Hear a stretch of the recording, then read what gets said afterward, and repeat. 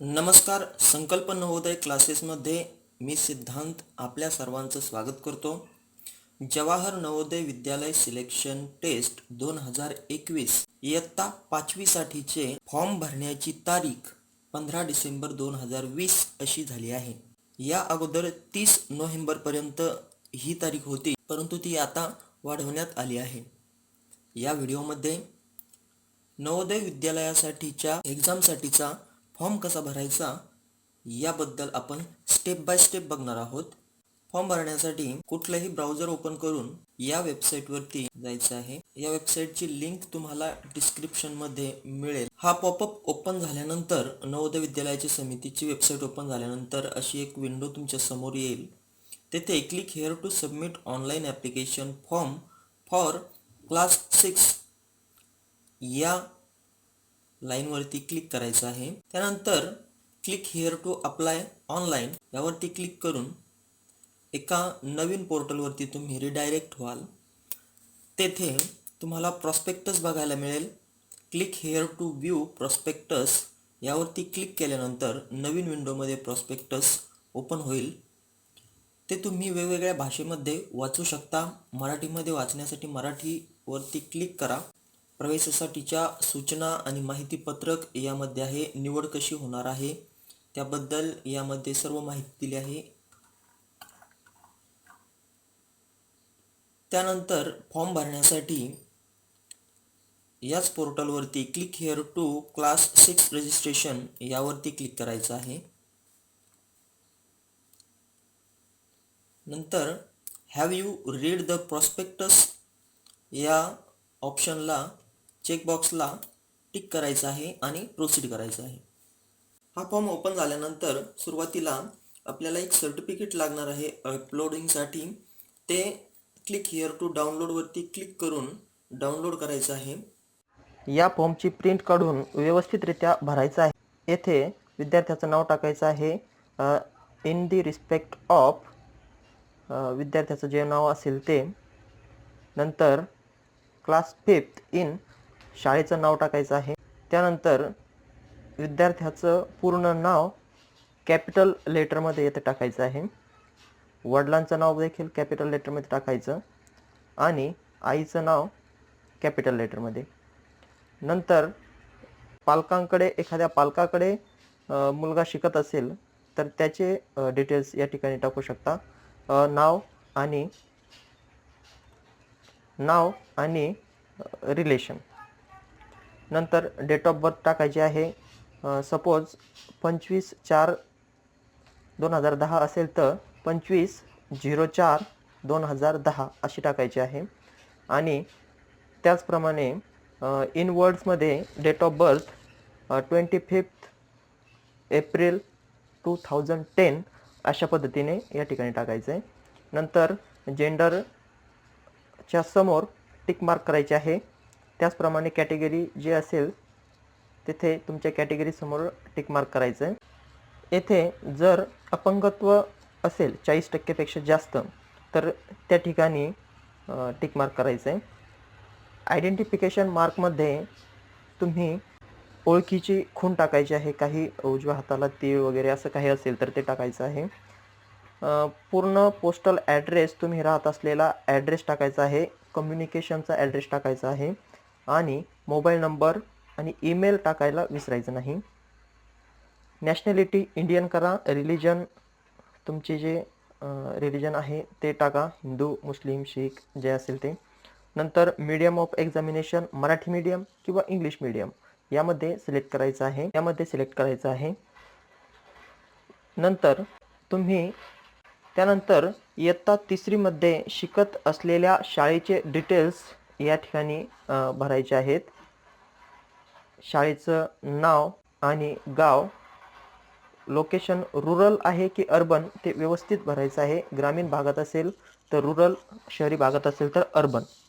ही माहिती अगदी ॲक्युरेट भरायची आहे. नंतर month and year of joining, ज्या वर्षी तुम्ही ॲडमिशन घेतलं इयत्ता 3ला ते इयर टाकायचं आहे. नंतर ज्या वर्षी तुम्ही पास झाल्यात त्याचं मंथ आणि इयर टाकायचं आहे. नंतर तुमचा तालुका टाकायचा आहे, जिल्हा आणि स्टेट, इथे महाराष्ट्र किंवा गुजरात जे असेल ते. त्याचप्रमाणे या ठिकाणी चौथीचे डिटेल्स आणि तसेच पाचवीचे डिटेल्स. आणि अशाच पद्धतीने खाली सिग्नेचर ऑफ द कॅन्डिडेट, विद्यार्थ्याची सही या ठिकाणी करायला विसरायचं नाही. आणि पॅरेंटची सिग्नेचर. हा फॉर्म पूर्ण व्यवस्थितरित्या भरून स्कॅन करून अपलोड करायचा आहे. आणखी लागणारे डॉक्युमेंट्स आहेत, विद्यार्थ्याची सही स्कॅन करायची आहे, पॅरेंटची सही आणि कॅन्डिडेटचा फोटो. त्यानंतर जे आत्ता दाखवलं ते सर्टिफिकेट. आणि यामध्ये सिग्नेचर आणि फोटोची साईज ही 10 ते 100 KB मध्ये पाहिजे. सर्टिफिकेटची साईज ही 50 ते 300 KB मध्ये पाहिजे. तर मी एक फॉर्म भरण्यासाठी एक रॅन्डम सही आणि फोटोज या ठिकाणी सेव्ह करून ठेवले आहे, की ज्याची साईज, फोटो आणि सिग्नेचरची साईज ही 100 KB पेक्षा कमी आहे, तर सर्टिफिकेटची साईज ही 300 KB पेक्षा कमी आहे. पर्सनल डिटेल्समध्ये आपल्याला 5वी क्लासमध्ये तुम्ही शिकत असलेल्या शाळेचे डिटेल्स या ठिकाणी टाकायचे आहेत. त्यामध्ये सुरुवातीला select the state which in the candidate is studying in class 5th. 2020-21 साठी तुमचं राज्य टाकायचं आहे, महाराष्ट्र. महाराष्ट्र सिलेक्ट केल्यानंतर फॉर्म हा रिफ्रेश होईल, थोडा वेळ लागेल, आणि रिफ्रेश झाल्यानंतर मग तुम्ही पुढचे ऑप्शन सिलेक्ट करू शकता. रिफ्रेश झाले आहे पेज. यामध्ये सिलेक्ट डिस्ट्रिक्ट, तर तुमचा जिल्हा निवडायचा आहे. मी पुणे जिल्हा घेतोय. मी एक रॅन्डम फॉर्म भरून दाखवत आहे, परंतु तुम्ही तुमची माहिती अगदी ॲक्युरेट टाकायची आहे. ज्या शाळेत शिकता त्या शाळेचे डिटेल्स व्यवस्थितरित्या अपडेट करायचे आहे, कारण फॉर्म चुकल्यानंतर पुन्हा एडिट करण्याचा ऑप्शन आपल्याला मिळत नाही, त्यामुळे केअरफुली भरायचं आहे. सिलेक्ट ब्लॉकमध्ये तालुका निवडायचा आहे.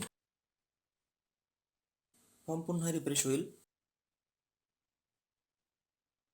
नंतर name of the school in which the candidate is studying in class 5th. तुम्ही 5वी मध्ये आहात त्या शाळेचं नाव येथे टाकायचं आहे. तर मी आर्यन स्कूल पुणे असं टाकतोय. कॅन्डिडेटचं पूर्ण नाव टाकायचं आहे, शुभम अमोल काळे. नंतर तुमचा मोबाईल नंबर टाकायचा आहे. नंतर या कॅलेंडरवरती क्लिक करून डेट ऑफ बर्थ सिलेक्ट करायची आहे. तर इयर सिलेक्ट करण्यासाठी या डिसेंबरवरती क्लिक करा आणि 2020 वरती पुन्हा क्लिक करा. तुमचं जे इयर ऑफ बर्थ आहे ते अगोदर सिलेक्ट करा. नंतर मंथ सिलेक्ट करा आणि त्यानंतर जी तुमची डेट ऑफ बर्थची तारीख आहे ती सिलेक्ट करा. किंवा तुम्ही येथे 25 एप्रिल असेल तर 04 आणि /2010 अशा पद्धतीने देखील टाकू शकता. ईमेल ID एखादा बनवून ठेवा किंवा मोबाईलमध्ये तुमच्या असेल, गुगल अकाउंटवरती चेक करून तुमचा ईमेल ID फिलअप करा. नंतर आईचं नाव टाका, वडिलांचं नाव टाका.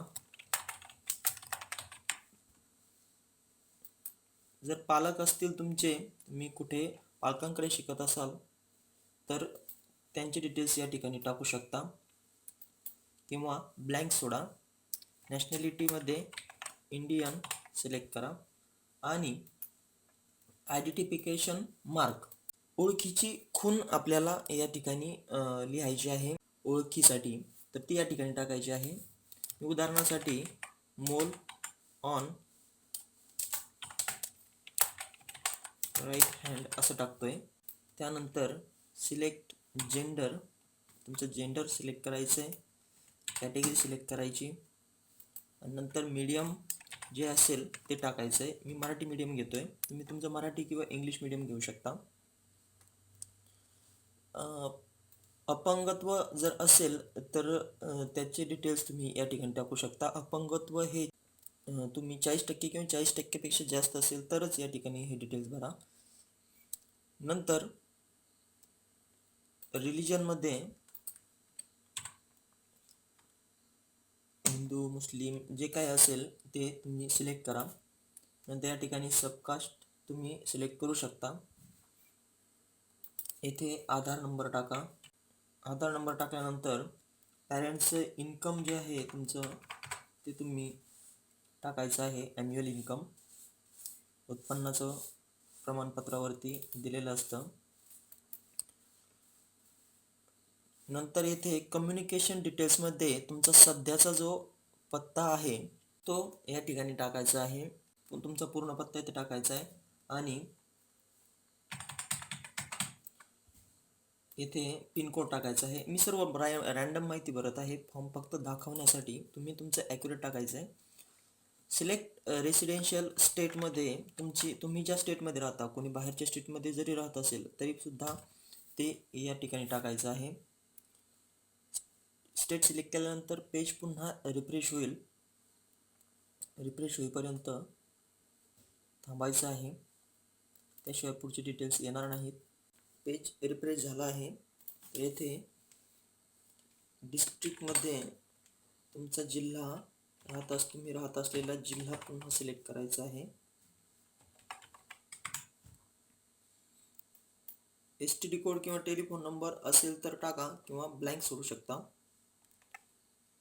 आता प्रिव्हियस स्कूल डिटेल्स, तुम्ही मागील वर्गामध्ये कोणत्या शाळेत शिकत होता त्याची माहिती लिहायची आहे.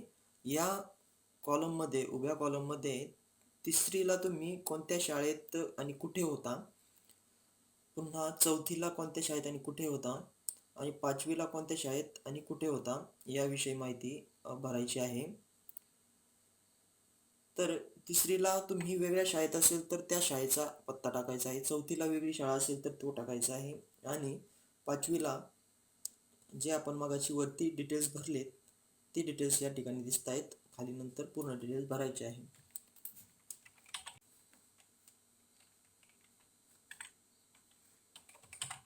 शाळेचं नाव इथे टाकायचं आहे संपूर्ण, आणि तुमची शाळा मान्यताप्राप्त आहे की नाही ते या ठिकाणी सिलेक्ट करायचं आहे. रिकॉग्नाइज किंवा नॉन रिकॉग्नाइज. शाळेचं लोकेशन हा महत्त्वाचा पार्ट आहे. येथे तुम्ही ग्रामीण भागात शिकताय की शहरी भागात, रुरलमध्ये आहे, ग्रामीणमध्ये आहे की अर्बनमध्ये, शहरीमध्ये आहे ते सिलेक्ट करायचं आहे. मी अर्बन सिलेक्ट केलं. तुम्ही ही माहिती क्लिअर भरायची आहे, कारण यावरती 75% ॲडमिशनचे चान्सेस असतात, कारण ग्रामीण भागामध्ये जास्त प्रेफरन्स दिलेला असतो. आता 3रीला तुम्ही कोणत्या इयरमध्ये शिकायला होता म्हणजे ॲडमिशनची तारीख घ्यायची आहे. समजा 2017मध्ये येईल जून. तुम्ही तुमच्या शाळेत देखील विचारून घेऊ शकता. आणि 2018मध्ये या ठिकाणी मेल, हे डिटेल्स भरायचे आहेत अशा पद्धतीने. त्यानंतर तुम्ही जे डॉक्युमेंट्स रेडी करून ठेवलेले आहेत ते या ठिकाणी अपलोड करायचे आहे. अगोदर या साईजप्रमाणे पूर्ण डॉक्युमेंट्स रेडी ठेवायचे आहेत. फोटोची आणि साईनची साईज ही 10 ते 100 KB मध्ये ठेवायची आहे. जर फोटो स्कॅन करून जर जास्त KBचा होत असेल तर ऑनलाईन अनेक कॉम्प्रेसर भेटतात, त्याची मदत घेऊन तुम्ही साईज कॉम्प्रेस करू शकता. आणि सर्टिफिकेट हे 50 ते 300 KB पर्यंतच JPG फॉर्मॅटमध्ये पाहिजे, JPG किंवा JPEG. तर पूर्ण डॉक्युमेंट सिलेक्ट करून घेऊयात. चूज फाईलमध्ये